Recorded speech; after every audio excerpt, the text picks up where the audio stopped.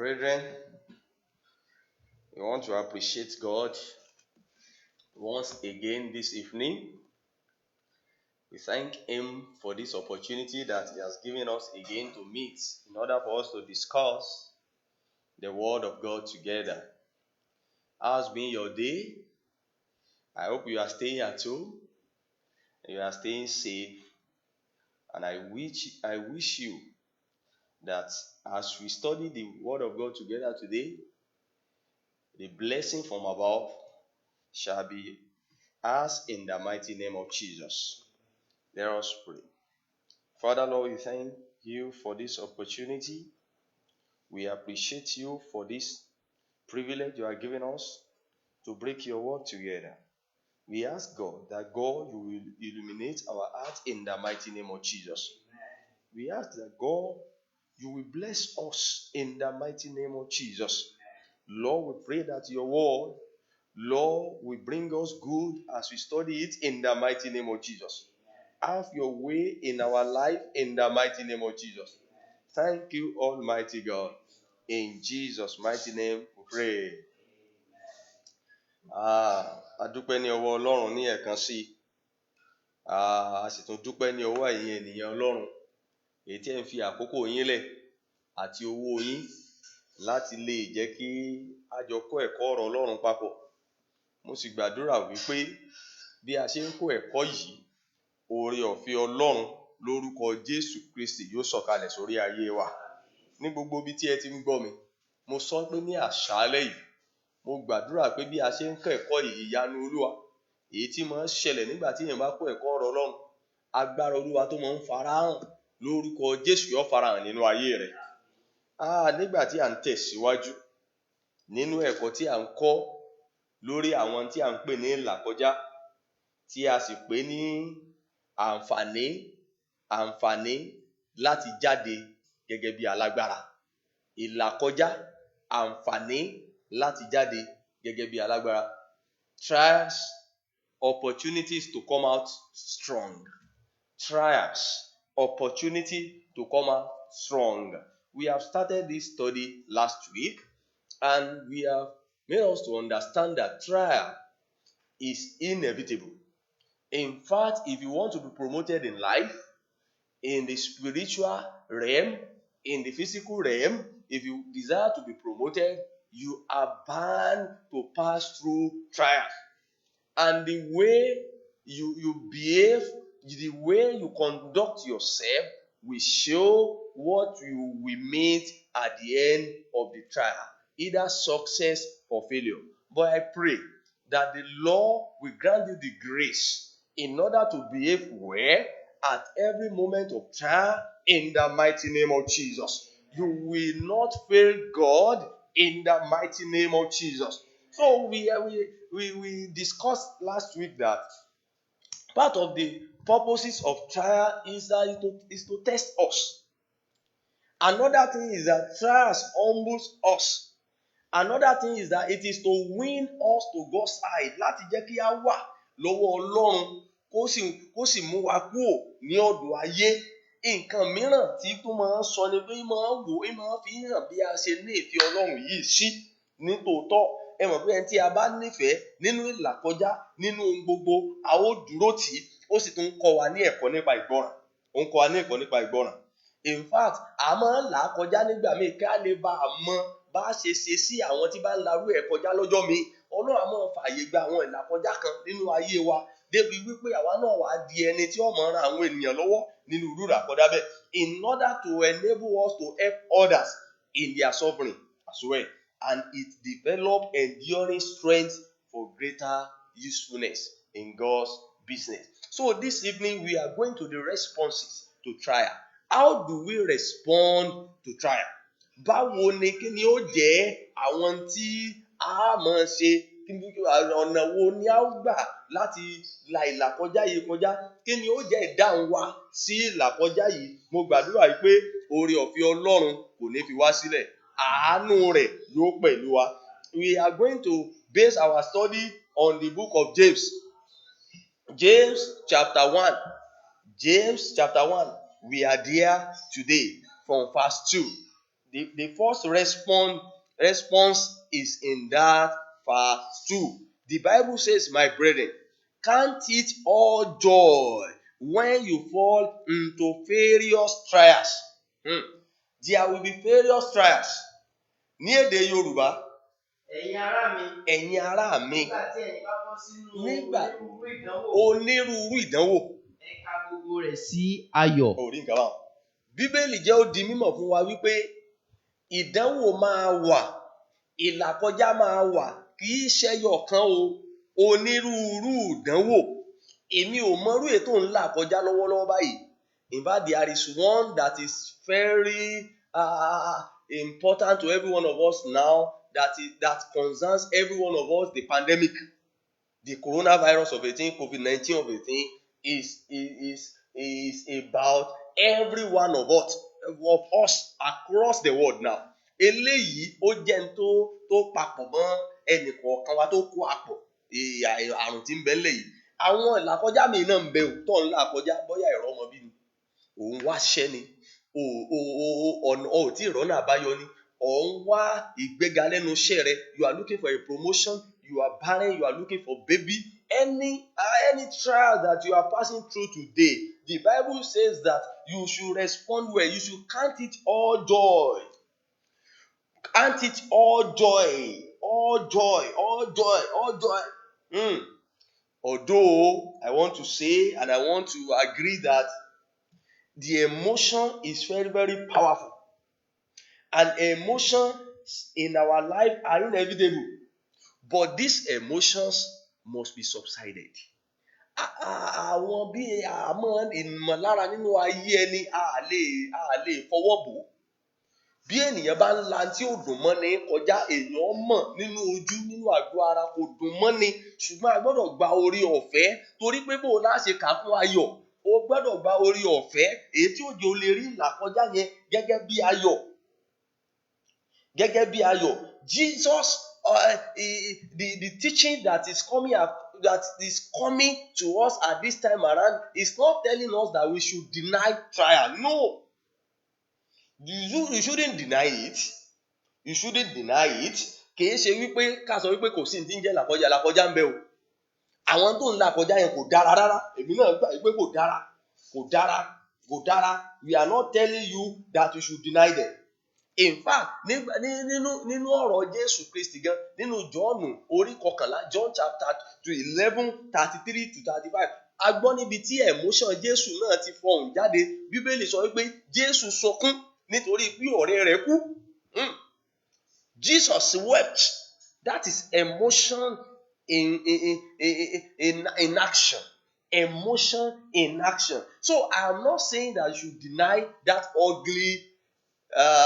ugly situation, ugly condition. No, but the Bible is telling us that you should count it all joy.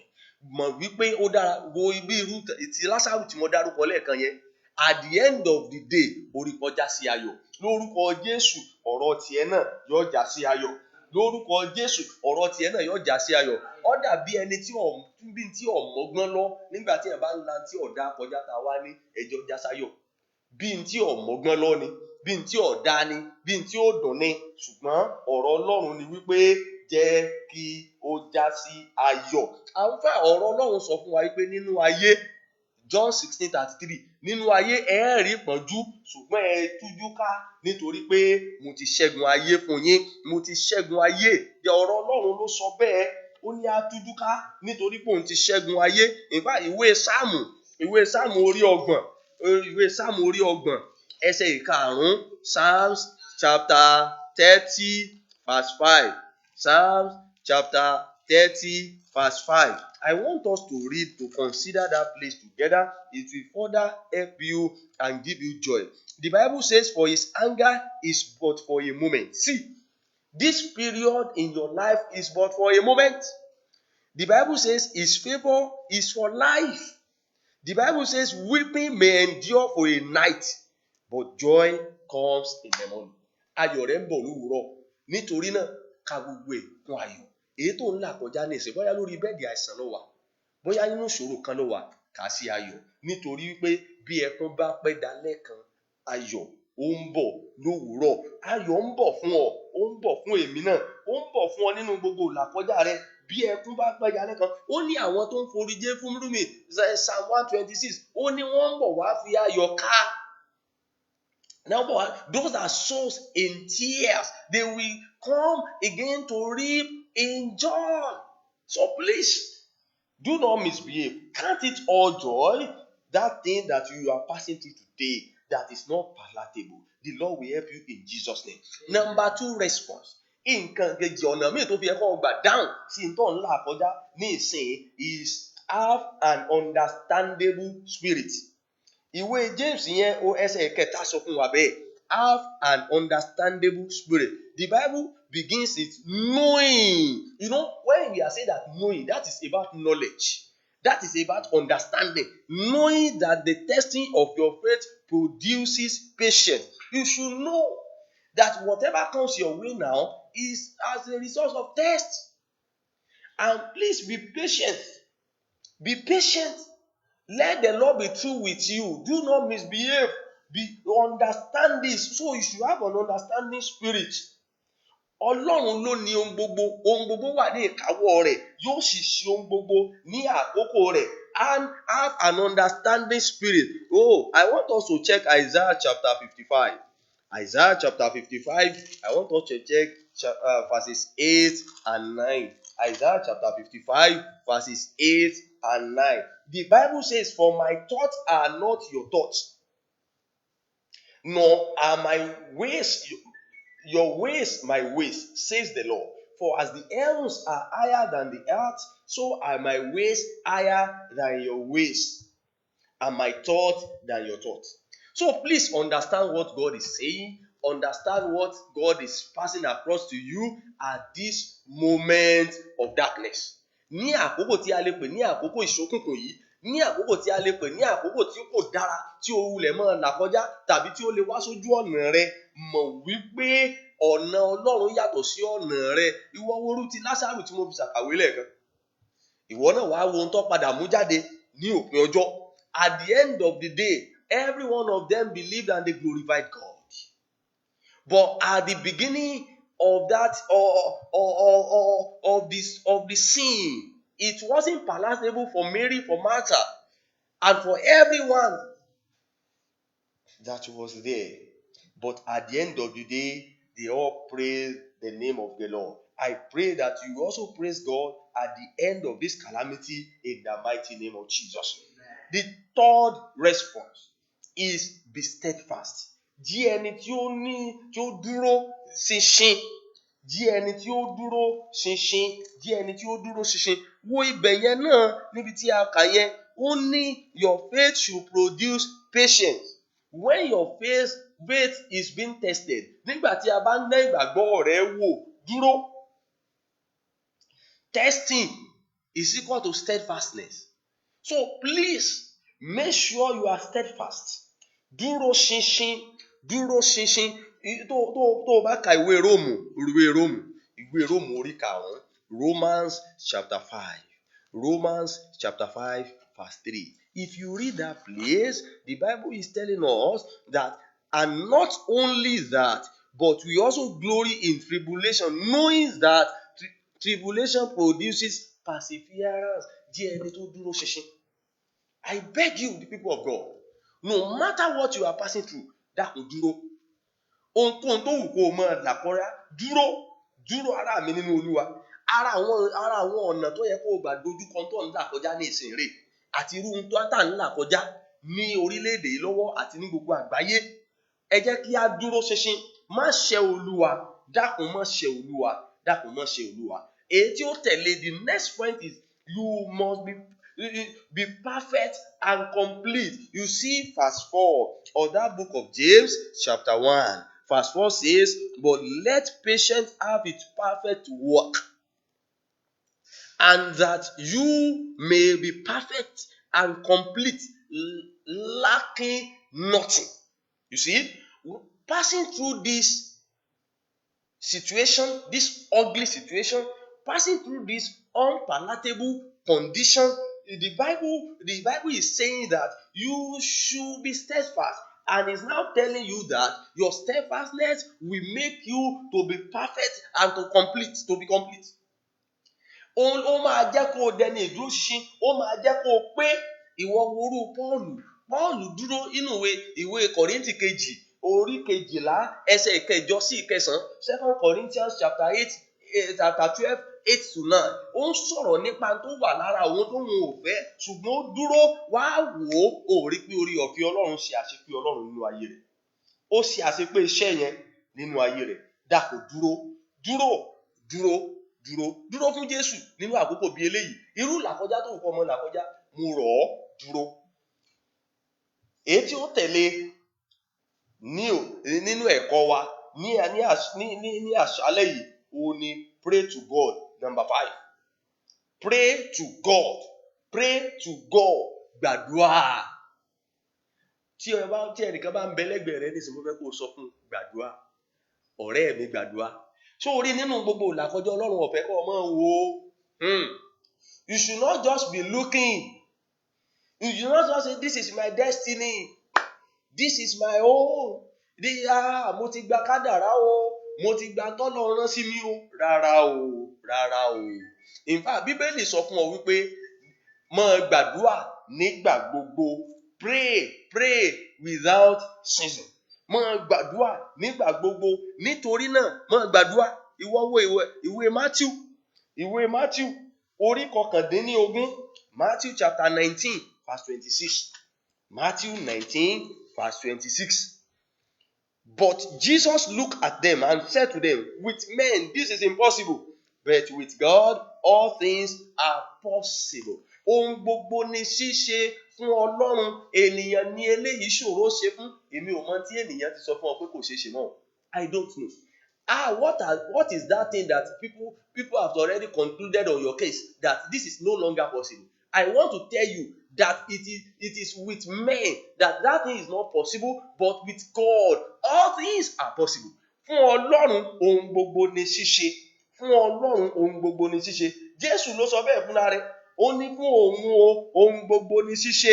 Ìdí nìyẹn ní ìwé James orí 1 ẹsẹ̀ 5 tí à ń kà yẹn. Ó ní if any one of you lacks wisdom, let him ask of God.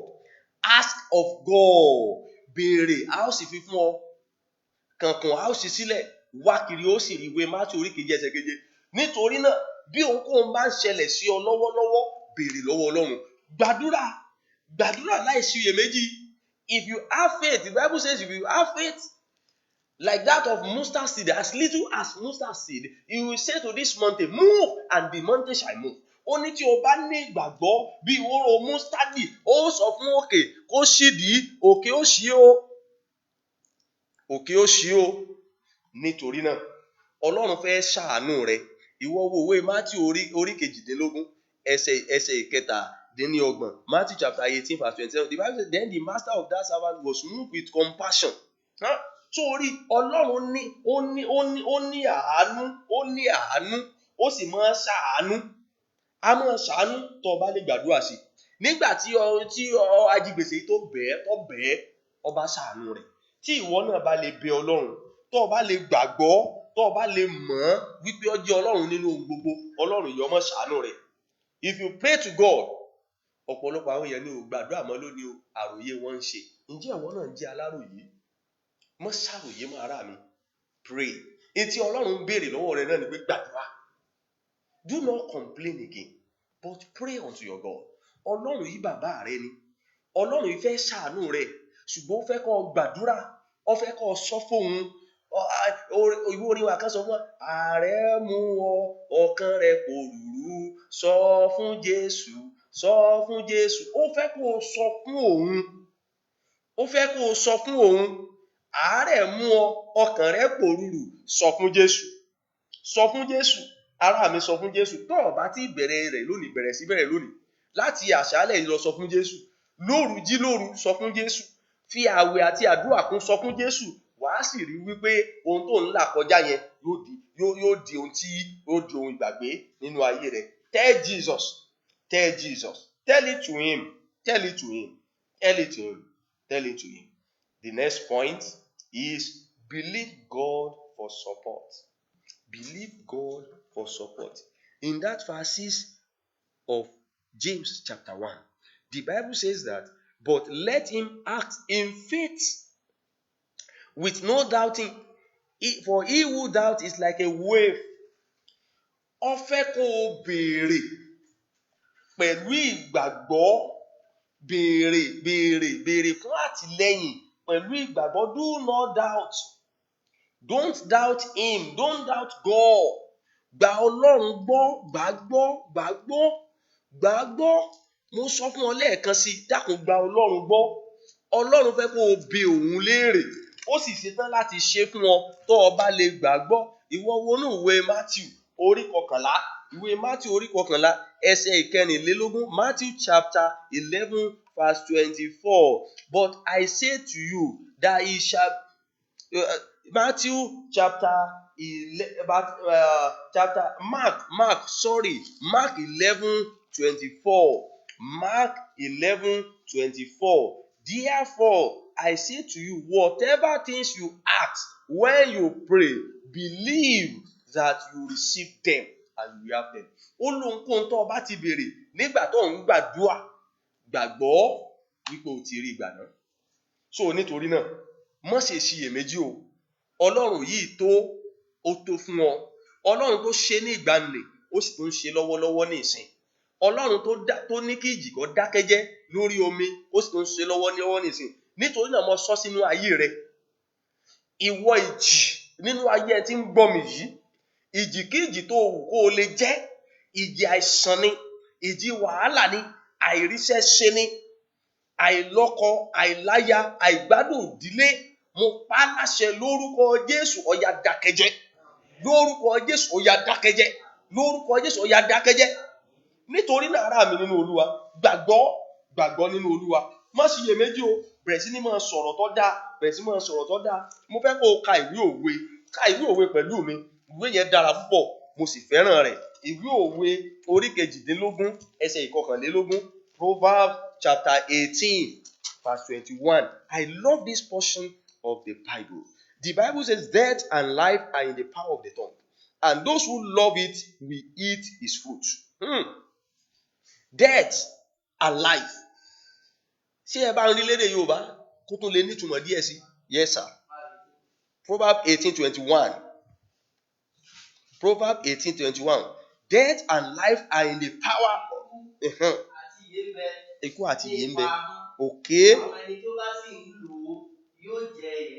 Sórí, báwo ló ṣe ń lo ahọ́n rẹ? Nínú ìlàkọjá yẹn, ǹjẹ́ tó ń sọ ni pé ǹjẹ́ léyìí ò kọ́ ní ọ̀pá ọ báyìí? Ǹjẹ́ léyìí kọ́ ní ọ̀nà ọ báyìí? Ǹjẹ́ ọ̀nà tí ó gbà tán fún ọkọ? Má sọ yẹn mọ́. Begin to confess positive things. Bẹ̀rẹ̀ sí ní máa sọ̀rọ̀ nípa ohun tó dára sórí ayé rẹ̀. Ó pé mi ò ní kú sí ipò àìsàn yìí. Mi ò ní dẹni ilẹ̀. Máa sọ ohun tó dára. Confess positive things over your life, over that condition, the condition of that boy, the condition of that daughter, the condition of your work, of your finance, of your marriage. Begin to confess positive things. Tell it to the Lord, and it shall be established. And I pray that everything concerning you, the Lord will perfect in the mighty name of Jesus. Ju gbogbo ẹ̀ lọ kí a tó parí. Òun náà ni èyí tí ó kàn ní tí wọ́n sọ fún ọ. Wípé bí o ṣe ń là á kọjá, let verse 9 of James 1, let the lowly brother glory in his exhortation. Verse 9 of James chapter 1. Verse 9 of James chapter 1. I want us to consider it in Yoruba language. Yes. Oriban. This is telling us of humility. Display high level of humility. Tí o bá lè rẹ ara rẹ nílẹ̀ nírú àsìkò bí eléyìí, Ọlọ́run yóò gbé ọ ga o. Tí o bá lè rẹ ara rẹ nílẹ̀, display high level of humility now. Tó o bá lè rẹ ara rẹ nílẹ̀, Ọlọ́run yóò gbé ọ ga. Mo ń sọ lẹ́ẹ̀kan sí wípé ìlàkọjá yìí kò ní borí rẹ. Rántí gbogbo àwọn nǹkan tá a sọ yìí. Count it all joy. Have an understandable spirit. Be steadfast. Be perfect and complete. Pray to God. Believe God for support and display high level of humility. Let me say this to you. A quote from a person. The Bible, it says, true faith responds with joy when it faces testing. Seek God and wisdom in times of test. Adopt God's eternal perspective in both poverty and riches. Persevere under testing, not blaming God. As said, God allows trials for a good and beneficial purpose. It is to make us strong in faith and to become more righteous. Brethren, whatever trials you are passing through presently, it is to make us a powerful witness for Christ. Do not give up, nor give in to trial in life. Ẹ̀mí mímọ́ yóò gbà ọ́. Mọ́ fi ọ̀rọ̀ rẹ, mọ́ fi èrò rẹ, mọ́ fi ba ìbáṣepọ̀ ìwọ àti Ọlọ́run jẹ́. Mo sì gbàdúrà wípé bí o ṣe ń lọ nínú ìlàkọjá yẹn, lórúkọ Jésù wá padà ní ẹ̀rí. Ìlàkọjá ayé rẹ yóò di ẹ̀rí. Ìlàkọjá ayé rẹ yóò di ẹ̀rí. Tẹ́rí ọkàn rẹ bá, a fẹ́ jọ gbàdúrà papọ̀. Ọlọ́run alágbára gbé orúkọ rẹ ga. A yìn ọ́ lógo fún àǹfààní tí ẹ fún wa ní àṣálẹ́ yìí. Ẹ̀yin Ọlọ́run sọ fún wa pé gbogbo ìlàkọjá tí à ń là kọjá, ẹ̀yin Ọlọ́run mọ̀ nípa rẹ̀. Olúwa sọ lónìí pẹ̀lú àwọn ọmọ rẹ̀. Olúwa ẹni ká kà sí ayọ̀ àti kà sí ayọ̀. Nítorí pé a nígbàgbọ́ nínú yín wípé ẹ̀rí ni ó já sí. Gbogbo ìlàkọjá tí à ń là kọjá àti èmi àti ọmọ rẹ̀, lórúkọ Jésù bàbá sọ dẹ̀rí mọ́ wa lọ́wọ́. Every trial today that you are facing, I pray that you turn this trial to testimony in the name of Jesus. You help the men of the old. You will help us in the name of Jesus. You will help us in the name of Jesus. We will come out of these trials triumphantly in the name of Jesus. We will come out stronger than before in the name of Jesus. We still pray concerning COVID-19 that God, you will help us not to misbehave at this period of trouble in the mighty name of Jesus. We pray that we take away the spirit of COVID-19 out of the world in the mighty name of Jesus. Father, Lord, we pray that we declare our freedom from this COVID-19 in the mighty name of Jesus. Help us, Almighty God. For every trial I pray today, you will come to share testimony in the name of Jesus. Ògo ni fún orúkọ Olúwa. A dúpẹ́ torí pé ẹ ti gbọ́ ní orúkọ Jésù Kristi Olúwa wa. Àmín.